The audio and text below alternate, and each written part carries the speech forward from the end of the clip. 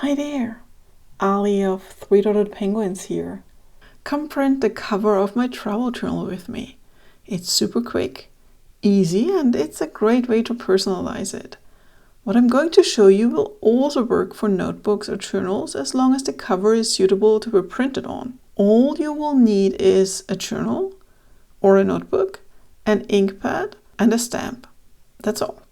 I have 3 travel journals from our trip to Japan, all filled with memorabilia. While the inside still needs some finishing touches, I decided that the covers needed some touch-ups. Typically, the covers of my travel journals all look different. Just one sticker each was too boring. And I have a vision for the covers of these travel journals. So on the cover, I want to use only one stamp that I carved from sketches from my Japan travels. I also want the stamp to have a connection to what is inside that specific travel journal, which also means that ultimately I want to use a different stamp for each of the 3 travel journals. I will start with the first journal of the trip, the one with the Daruma sticker on the front. First things first, I need to pick the right design, something that links directly to the content of this journal, to the things that we experienced in our first part of the trip. We were lucky enough to arrive in Osaka during cherry blossom season. It was stunning. What surprised me the most was the variety, from almost white blossoms with 5 petals to pushy pink blossoms with countless petals. We even pressed some petals we picked up from the ground. Cherry blossoms are such a vivid memory from the first part of our trip, so I decided to use a cherry blossom stamp I carved while in Japan. Next up is choosing the right ink color. I thought light pink might work, but after a quick test print, I realized I wanted more contrast, both between the petals and between the blossoms and the journal cover. So it's going to be the stronger color, the dark pink. And now it's time to get printing.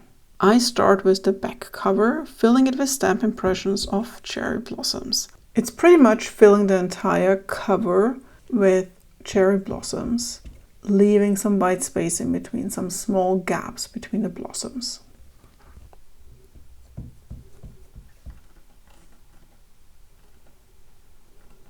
Towards the center band, it gets a little trickier.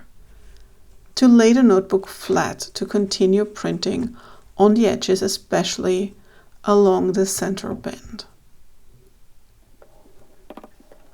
With the back done, it's time to tackle the front and that Daruma sticker. I have 2 options here. I could print around the sticker, which is easier but not quite the look I want. Or I can aim for a seamless finish where it almost looks like I placed the sticker on top of the impressions afterwards. That's my preferred approach. Normally I would print the entire pattern and then add the sticker on top, but since it's already there, I need to work with it. I need to mask it off to keep it ink-free.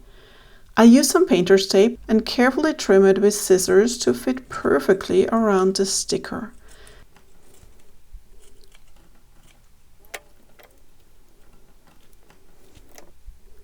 Now I can print right over it, seamlessly incorporating the design without leaving any ink on the sticker.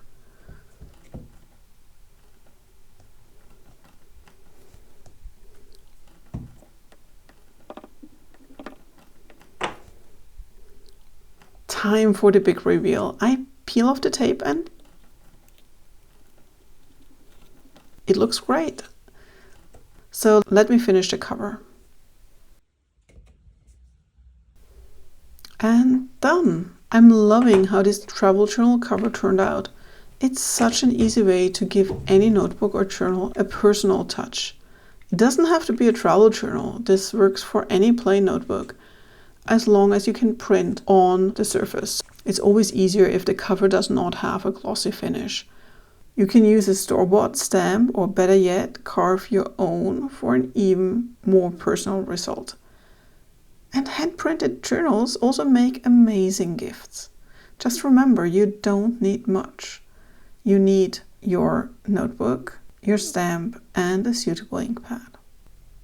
Thanks for looking over my shoulder today. I hope to see you around. and let me know in the comments below what kind of project you would like to see next.